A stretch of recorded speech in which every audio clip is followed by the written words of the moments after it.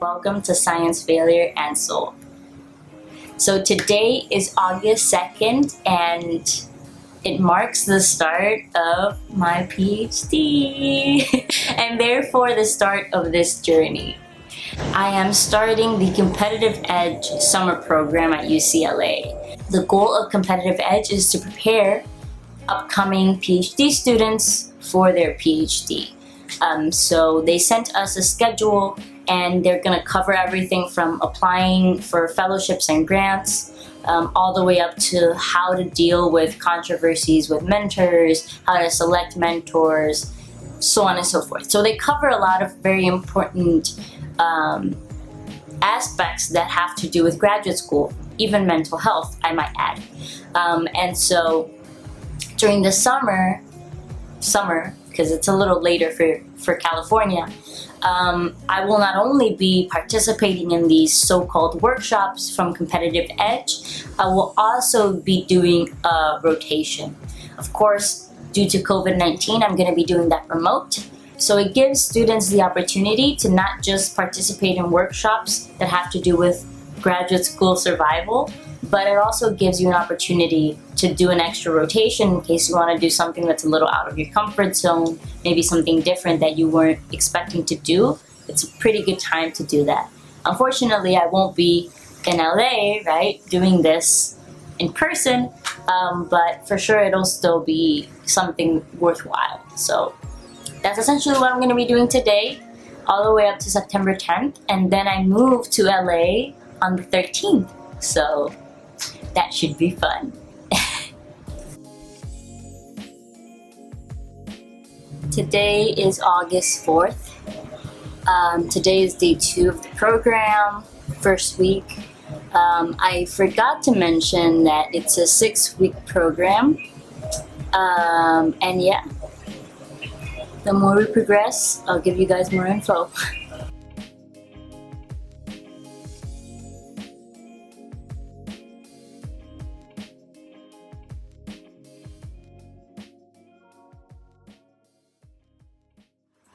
I actually asked through Instagram if there's something someone would like me to cover in this video.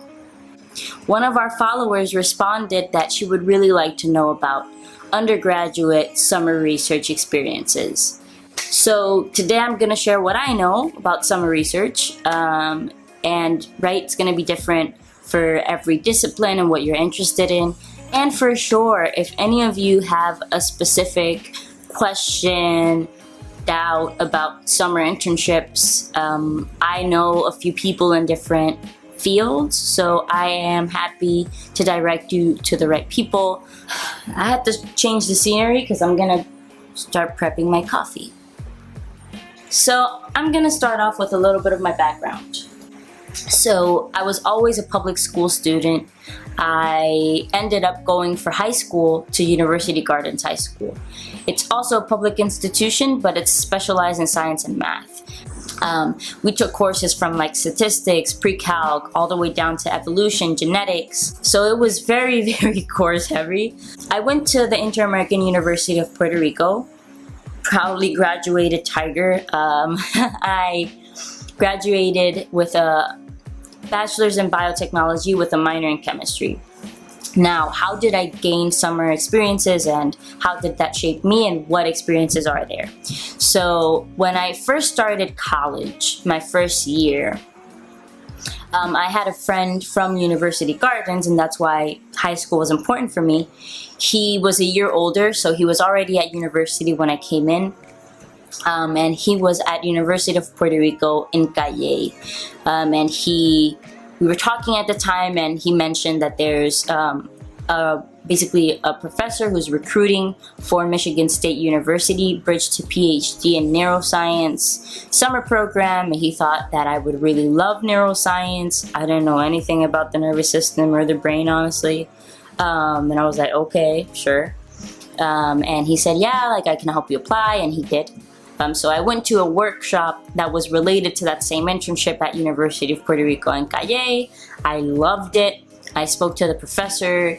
He was very happy to see me. He kind of interviewed me informally.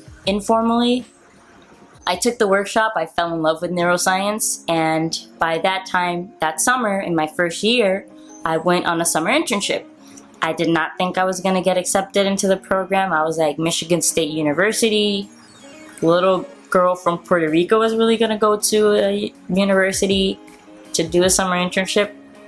Everything was paid for. I went that summer, and it's a BP indoor program. So that first year, I was not a BP indoor student, but then I was offered a second summer. So the next summer, I also went to Michigan State University. I think it was 2016. So I came into university August 2015. I went to summer internship summer 2016. Then I went summer 2017, and then I went that first fall semester from 2017. I also went to Michigan State University. So as part of the BP Indoor program, they offered me a semester at Michigan State. I took about 3 courses, from like drug abuse and drug addiction, all the way up to like writing papers and general neuroscience course. And during that semester, in addition to taking those 3 courses, I also did semester research. During that time, Hurricane Maria happened, so I didn't go through the hurricane experience, but because I was at that internship. So when I came back, I was really worried about jobs. I had enlisted in the Marines at that time, and I decided to retract my enlistment. For sure, if you want a story time about why I enlisted and why I left, we could talk about it. But long story short, I came back and I was really worried. And so interestingly, that semester, I had gone to Society for Neuroscience. Biggest neuroscience conference in the world. For sure, if you want to be in neuroscience, that's the place to be, for sure. So when I went there, I was part of the like BP indoor group, and they did like a few dynamics and games with like all of us together.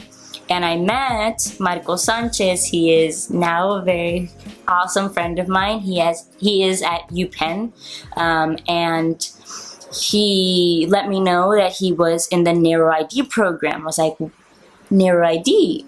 I had heard about NeuroID, but I always thought it was for students from the University of Puerto Rico specifically, and he said, no, you can get into that program. I'm from UMET, which is another private institution here at Puerto Rico. So I was like, perfect, because I was at the Inter-American University. It's a private institution. So like there's a big feud here in Puerto Rico with private and public institutions. I had this preconceived notion that the program would only cater to students at the University of Puerto Rico, but it doesn't. So NeuroID, its goal is to increase diversity in neuroscience, and so I applied to that program once I got back for spring semester, I think you guys call it. With that opportunity of applying, I got in, and I was in the NeuroID program for my last 2 years at the Inter-American University, working in the Quirk Lab of Fear Learning at the Medical Sciences campus. I also got paid through the program, so it was basically my job. I like to think of it as a job. The NeuroID program gives you 2 opportunities to do internships. The first one, when you first get into the program, is meant to be for you to kind of familiarize yourself with your lab. So that first summer when I came back to Puerto Rico, I stayed in Puerto Rico doing research in my, what was going to be my full-time research lab. And then the second summer, I was able to go to another summer internship at the US. So that's how I got to UCLA. I applied to like 7 internships. I only got into UCLA, which is not a bad school. Hey, it's UCLA. I got only into UCLA, and later on, after I accepted UCLA's offer, I got a consideration for UCSD. But I had already selected UCLA. I loved it. It was a combination with like the diversity which was the program I was in, pretty sure summer program, is its goal is to increase diversity. And then there was the HBCU, which is also to increase diversity of Black students from historically Black college universities.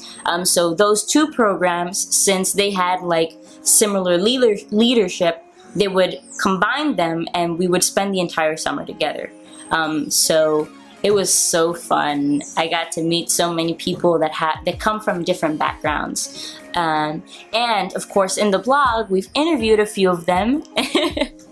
One of them being Dustin Sellers. He's from Winston-Salem State University. I'm sorry if I butchered that. And I will be interviewing more of my friends from the summer program at UCLA, so stay tuned. After that entire backstory, how do you get summer internships? Well, the short answer is just apply. Do your research, find out, depending on the area you're interested in, do your research online. If you're interested in a specific university, I would always suggest you write, like, for example, UCLA summer internships for undergraduates. There's also like Spurt Labs that you could look at. You can also find other like more international summer internships. Essentially, yeah, you can just look for the university. You could just do a simple Google search of your area. So neuroscience, undergraduate research. You can also do undergraduate research in the NIH, NIMH. All of these NIH like sub-branches have resources for undergraduates. And to be honest, there's a lot more opportunities as an undergraduate than graduate and more advanced level. So for sure, like, take that opportunity. What else?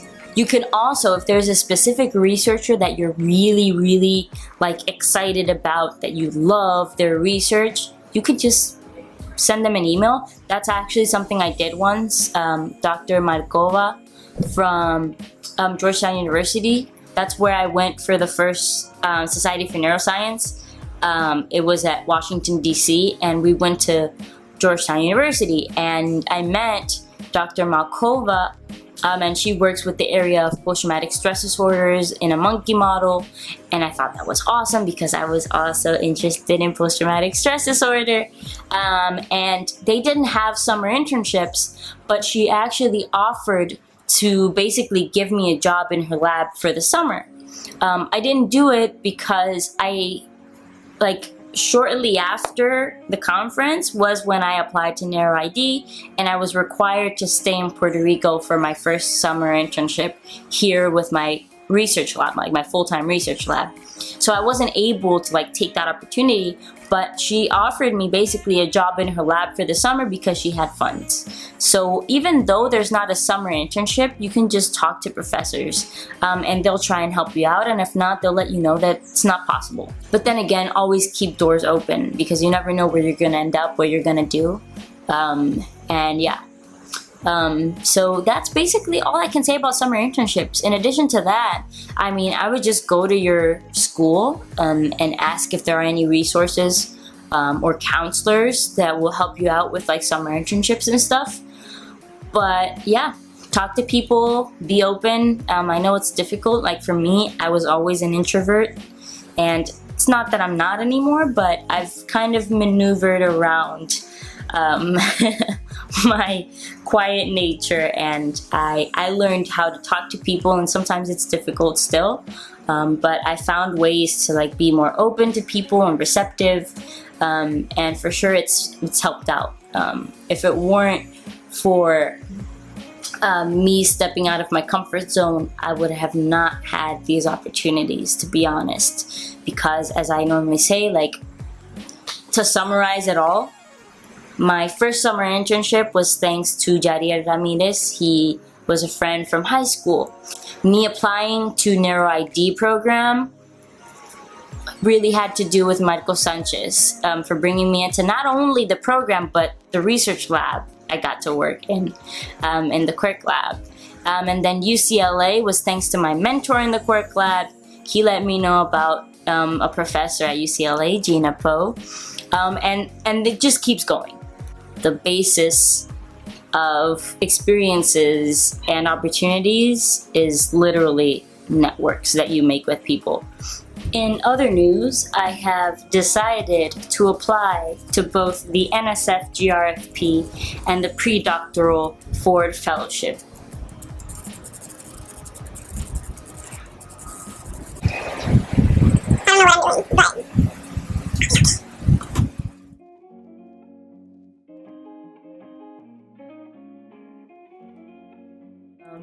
I move on September 13th. The program ends September 10th.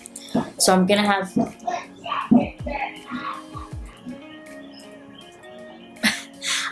have a few days to kind of get settled, finish the things I need to finish around the house, and yeah, move to LA. Oh God.